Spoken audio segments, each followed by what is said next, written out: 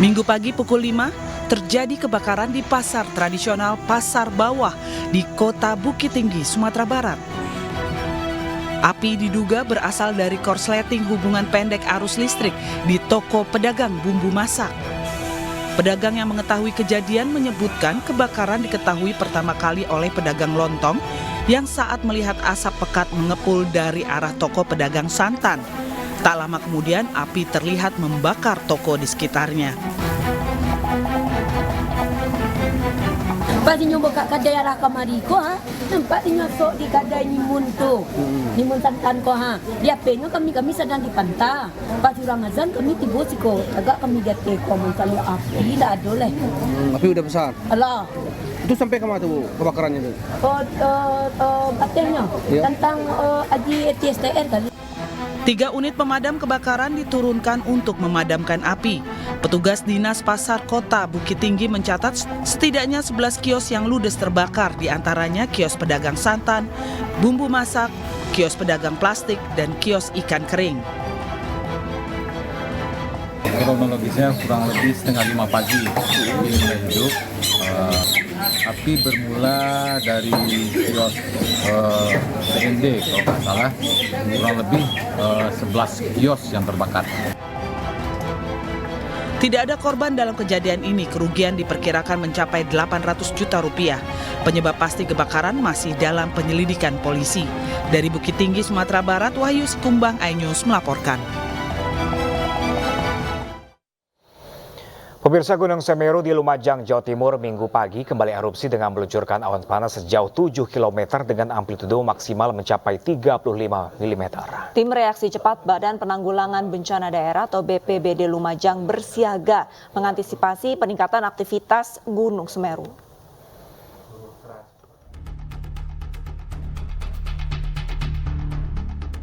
Inilah rekaman CCTV milik BPBD Lumajang yang merekam detik-detik Gunung Semeru meluncurkan awan panas guguran Minggu pagi. Erupsi terjadi sejak pukul 2 dini hari dan terus terjadi hingga pukul 6 pagi. Awan panas meluncur ke sisi tenggara mengarah ke Besuk Kobokan Desa Supiturang, Kecamatan Pronojiwo, Lumajang.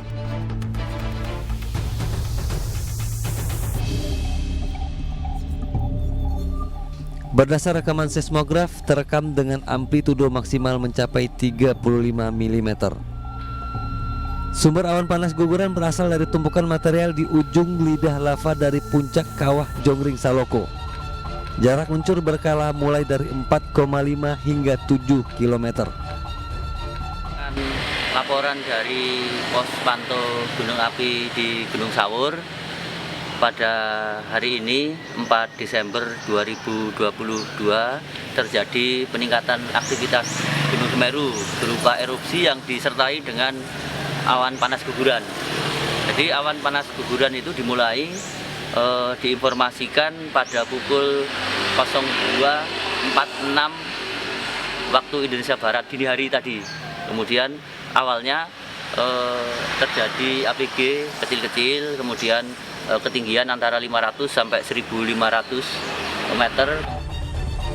Tim reaksi BPBD Lumajang terus disiagakan untuk antisipasi adanya peningkatan aktivitas Gunung Semeru. Hingga kini Gunung Semeru berstatus siaga 3. Masyarakat dihimbau tidak beraktivitas pada zona berbahaya di sektor tenggara di sepanjang Besok Kobokan sejauh 13 km dari puncak. Dari Lumajang, Jawa Timur, Yayan Nugroho, iNews melaporkan. 3 kecamatan terdampak gempa Garut dengan kekuatan magnitudo 6,4 yaitu di Kecamatan Pakenjeng, Cikelet, dan Selawi. Ya pemirsa, gempa bumi yang mengakibatkan 6 rumah rusak, 5 rumah terdampak dan 1 unit sarana pendidikan rusak ringan di Kabupaten Garut. Lalu seorang luka-luka akibat gempa bumi di Kabupaten Garut. Sementara 1 unit sekolah dasar rusak dan 3 rumah warga juga ikut terdampak gempa di wilayah Kecamatan Pakenjeng. Siswa sekolah akan diliburkan esok Senin sampai kondisi sekolah bisa digunakan kembali beraktivitas. Walaupun BMKG menyatakan bahwa gempa Garut ini tidak berpotensi tsunami, namun warga harus tetap waspada terhadap kemungkinan gempa susulan.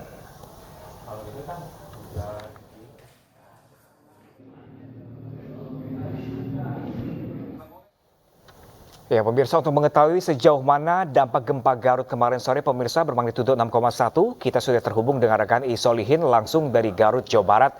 Halo, selamat siang rekan I Solihin. Selamat siang, Pram. Ya, rekan I, saat ini lokasi berada di mana rekan I? Dan seperti apakah dampak gempa kemarin di Garut dan dengan di posisi Anda melaporkan saat ini? Baik, Pram, untuk pasca gempa bermagnitudo 6,4 yang mengguncang Kabupaten Garut ini terjadi Sabtu sore kemarin. Memang saya sedang berada di salah satu bangunan sekolah dasar negeri Jatiwangi, tepatnya di Kecamatan Pakenjeng, Kabupaten Garut. Nah, dengan situasi di sekolah ini, saya akan tunjukkan, Pram, kondisi ruang kelas maupun nanti bangunannya.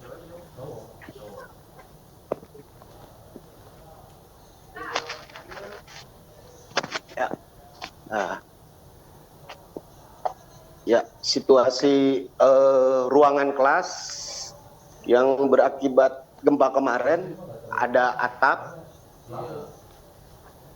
atap termasuk bangunan yang retakan-retakan bangunannya di ruangan kelas. Gitu. Baik, ada salah satu lagi yang saya akan tunjukin kondisi bangunan yang saat ini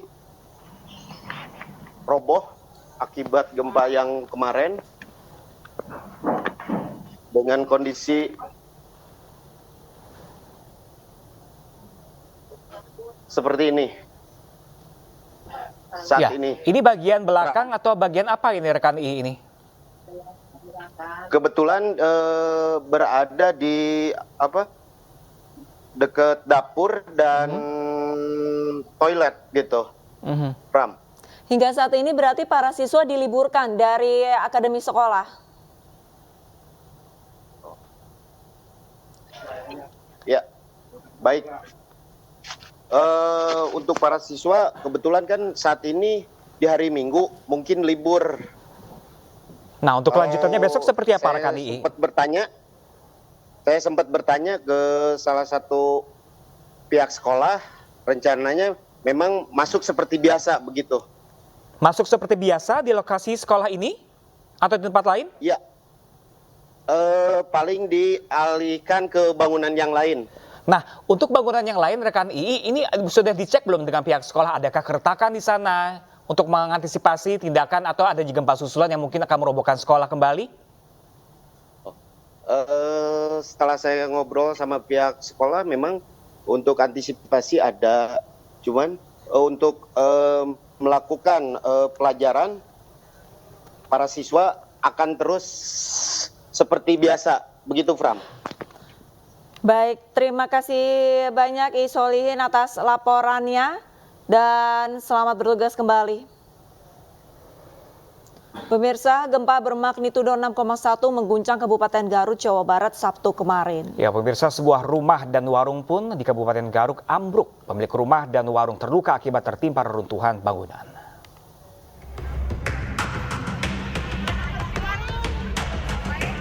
Sebuah rumah di Desa Putra Jawa, Kecamatan Selaawi, Kabupaten Garut, Jawa Barat, ambruk setelah diguncang gempa bumi magnitudo 6,1.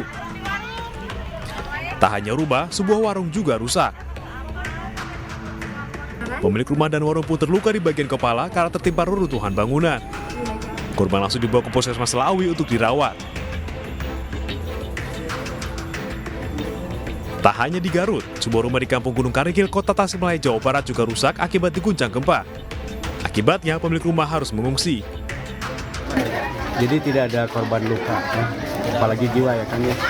Hingga saat ini ada berapa kira-kira yang informasi Kang untuk yang Alhamdulillah kita baru dapat satu laporan Pak, kerusakan rumah hanya di Kelurahan Tugu Raja ini aja ya. Oke. Gempa magnitudo 6,1 terjadi pada pukul 16.49 waktu Indonesia Barat pada Sabtu sore.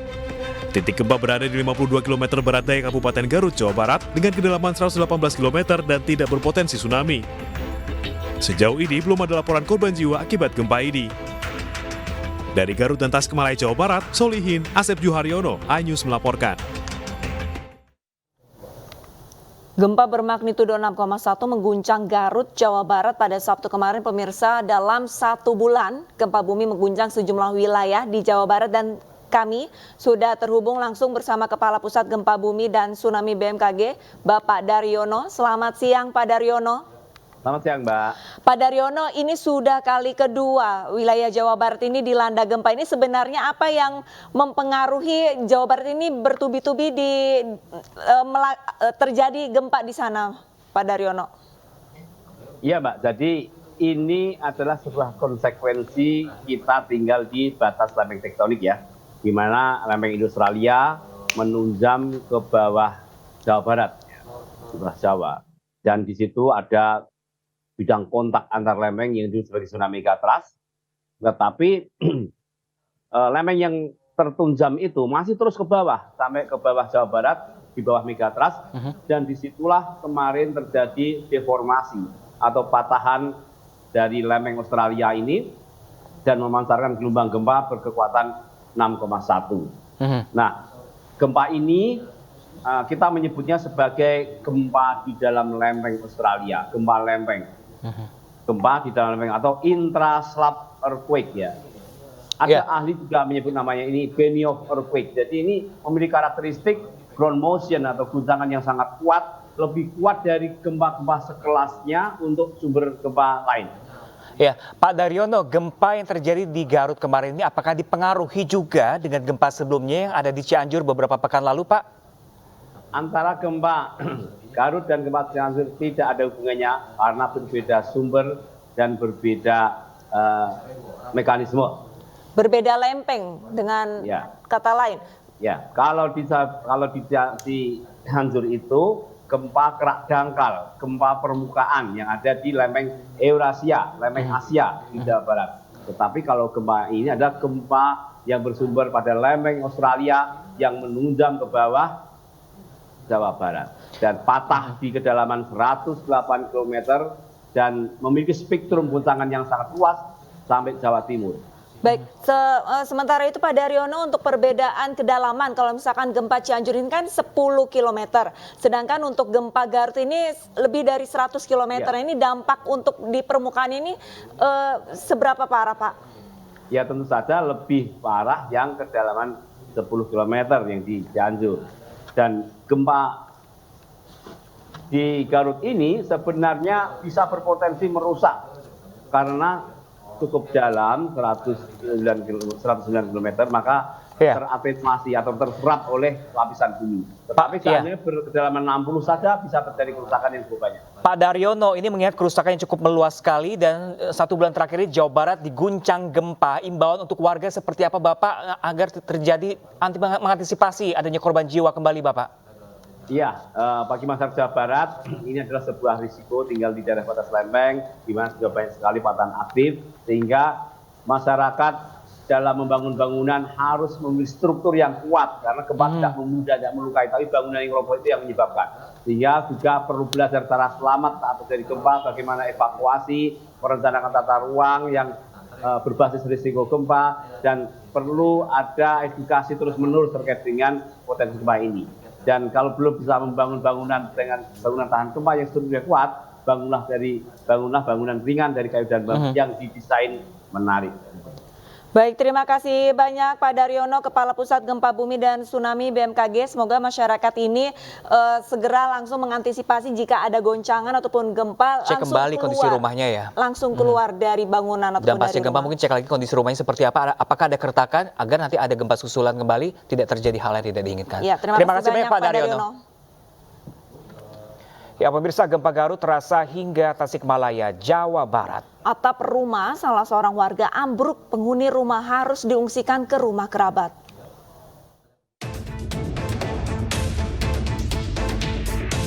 Gempa 6,4 magnitudo yang berpusat di Garut, Jawa Barat juga dirasakan warga kota Tasikmalaya. Selain membuat warga panik, gempa juga mengakibatkan satu rumah milik warga rusak. Letaknya di Kampung Gunung Karikil, Kelurahan Tugu Raja, Kecamatan Cihideng, Kota Tasikmalaya, Jawa Barat. Plafon rumah ambruk, namun beruntung pemilik rumah sedang di luar hingga tak ada korban. pemilik rumah harus mengungsi ke rumah kerabat tak jauh dari lokasi. Pejabat Wali Kota Tasikmalaya mengimbau kepada masyarakat tetap waspada terkait bencana alam yang tidak bisa diprediksi. Ya, yang pertama mungkin kita akan cek terlebih dahulu ya, karena dengan goyangan seperti tadi rumahnya kan ambrol bagian tengahnya, juga prihatin dan masih bersyukur karena yang punya rumah sedang tidak di dalam rumah. BPBD Kota Tasikmalaya masih melakukan pendataan dan pengecekan ke seluruh wilayah Kota Tasikmalaya untuk memastikan kerusakan akibat gempa. Dari Tasikmalaya, Jawa Barat, Asep Juharyono, Anyus melaporkan. Pemirsa, upaya pencarian korban longsor akibat gempa di Cianjur, Jawa Barat diperpanjang hingga 6 Desember 2022. Hingga kini masih ada 8 warga yang dilaporkan hilang di 2 lokasi longsor.